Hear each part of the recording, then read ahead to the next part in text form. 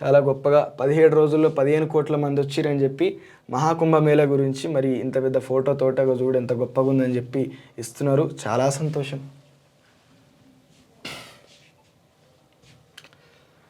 నేనైతే రాయలే న్యూస్.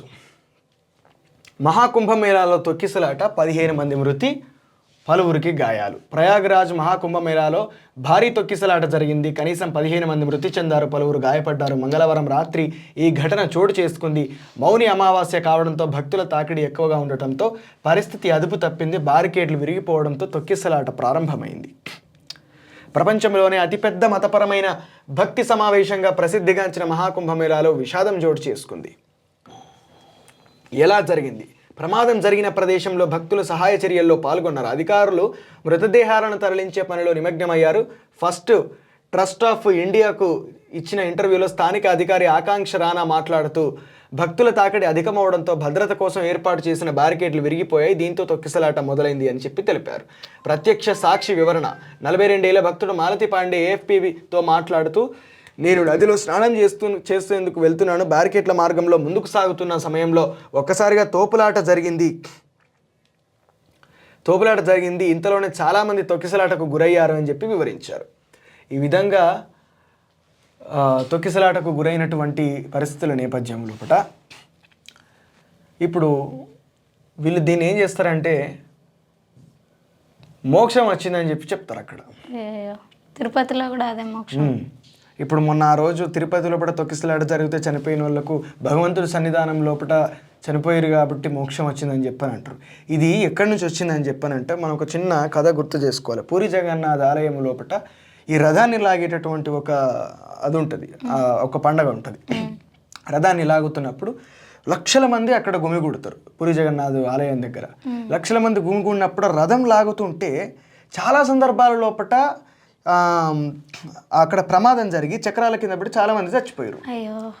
ఇది ఆలయ అధికారుల నిర్లక్ష్యము, అక్కడ సరైనటువంటి అవన్నీ తీసుకోకపోవడం వల్ల, భద్రతా చర్యలు తీసుకోకపోవడం వల్ల జరిగినటువంటి నిర్వాకం అదంతా కూడా. సో దీన్ని కప్పిపుంచడానికి ఇట్లాంటి ప్రమాదాలు, ఇట్లాంటి మాస్ గ్యాదరింగ్స్ అన్నిటి లోపల జరుగుతాయి.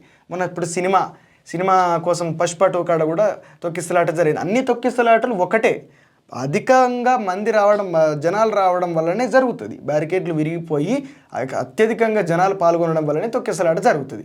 దానికి కారణాలు ఏవైనా కావచ్చు, కానీ దైవ సన్నిధానంలో ఇవన్నీ జరిగినప్పుడు ఆ తప్పులను మనం మీదికి ఇప్పుడు నేను దానికి బాధ్యత వహించాల్సి వస్తే ఆ తప్పులను వాళ్ళ మీదకి రానివ్వకుండా వాళ్ళు ఏం చేస్తున్నారంటే, అట్లెందుకు అనుకుంటావు, నువ్వు భగవంతుడు సన్నిధానం లోపట ఆయన చేతుల మీద నువ్వు మోక్షం పొందినవు, వీళ్ళు పొందిరు కాబట్టి ఇక్కడ తప్పెవరిది కాదు, భగవంతుడే తీసుకుపోయిండు అని చెప్పి ఒక నమ్మకాన్ని వ్యాప్తి చేయడం వల్ల ఈరోజు ఏమైందంటే ఆ పూరి జగన్నాథన్ రథచక్రాల కింద పడి చచ్చిపోతాం అనేటువంటి సంఖ్య పెరిగింది.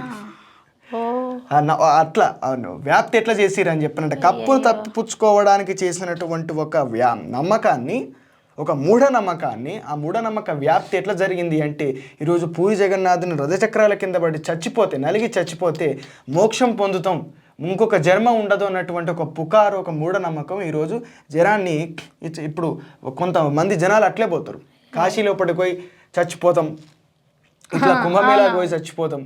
ఇప్పుడు వీళ్ళందరి గురించి ఏమంటారు, వాళ్ళందరూ కూడా భగవంతుడి సన్నిధానం లోపల వాళ్ళు మోక్షాన్ని పొందిరు అని చెప్పి మాట్లాడతారు. ఇదేంది, తప్పును కప్పిపుచ్చుకునే ప్రయత్నం నమ్మకం ద్వారా. పుష్ప 2లో ఒక్కరేగా చనిపోయింది, ఎందుకు అంత సెన్సేషనల్ అయింది అంటే అక్కడ భగవంతుడు లేడు కాబట్టి, అది భగవంతుని సన్నిధానం కాదు కాబట్టి అక్కడ ప్రాణానికి విలువ వచ్చింది. ఇక్కడ భగవంతుని సన్నిధానం కాబట్టి ప్రాణానికి విలువ లేదు. 15 మంది పోతుంది, 15,000 మంది పోతుంది. ప్రజలు ఖచ్చితంగా ఆలోచించాలి. ఇట్లాంటి చావడానికి వెళుతున్నాం, ఇవన్నీ చావు దానంతట అది వచ్చినప్పుడు చావాలి, అయిపోతుంది. ఇప్పుడు వాళ్ళందరూ కూడా దానంతట అదే వచ్చిందని చెప్పని అనుకుందాం అంటే ప్రమాదం. అది ఒకటి సరైనటువంటి భద్రతా చర్యలు తీసుకోలేకపోవడం వల్ల ఇప్పుడు ఇంత గొప్పగా ప్రచారం చేసుకుంటున్నారు. ఆహా, ప్రపంచంలోనే ఇట్లాంటి మాస్ గ్యాదరింగ్ జరగదు, ఇంతమంది భక్తులు ఒక్కటి గారు అని చెప్పి గొప్పగానే జరుగుతుంది, ఓకే. కానీ మేడారంలో కూడా మహాకుంభమేళ తర్వాత అతిపెద్దది మేడారమే. మేడారం లోపల అక్కడ కూడా జరిగే అవకాశం ఉండొచ్చు, అక్కడ కూడా జరుగుతుంది కావచ్చు. ఇదంతా మూఢనమ్మకం. మేడారమైనా సరే, మహాకుంభమేళ అయినా సరే, ఏదైనా సరే నిలువెత్తు బంగారం ఇస్తామని చెప్పి పోయి అక్కడ దర్శనం కోసం లైన్లలో నిలబడి ధూపదీరక ఇబ్బందులకు గురైపోయి ఆయాసం వచ్చి అట్లా చనిపోయేటోళ్ళు, అట్లా కుప్పగోలిపోయేటోళ్ళు. నమ్మకాల వల్ల రెండే నష్టాలు మనకు జరిగేటి నష్టాలు మాత్రమే. ఒకటి, మన డబ్బులు పోతాయి, ఆరోగ్యము చెడిపోతుంది, ఎందుకు అక్కడ రాకుండా అవుతాం అంతే. ఇట్లా ఇట్లా తొక్కిసలాటకు గురైతే ఎందుకు అక్కడ రాకుండా అవుతాం. లేకుంటే ఇక వచ్చిన వాళ్ళు భక్తులే కదా, మల్లన్న ఆలయం లోపల వచ్చింది భక్తులే, పోయినది అఘోరి, లేడీ అఘోరి భక్తురాలు అనుకుంటేనే పోయింది. తోటి సాటి భక్తుల మీద కత్తితోటి ఎట్లా దాడి చేస్తుందండి? ఆమెకు ఓపిక నశించిందంట, వెంటనే కార్కి వెళ్ళి కత్తి తీసి ఇట్లా అట్లా చేసేసి. ఇప్పుడు ఆ రోజు ఎవరు మీరు అన్నారు చూడండి, అది మన ఎవరో వచ్చి మీ భారతదేశ మీ ఇండియన్స్కి అది సెట్ కాదండి గిందికే అంటున్నారు వాళ్ళు. ఇట్లాంటి చర్యలకే అంటున్నారు. మీకు అంత మీకుండే సమస్యలు, మీ నమ్మకాలు, మీ వ్యవస్థ, మీరు ఆ చట్టంలో పడి తిరుగుతున్నారు. మీకు ఇవన్నీ ఎందుకు, మీదోటి పడేస్తాం దాన్ని వాడుకోర్రి అలానే బతుకుర్రి అని చెప్పి మంచిగా సింపుల్గా ఇజ్జ తీసిపోయాడు.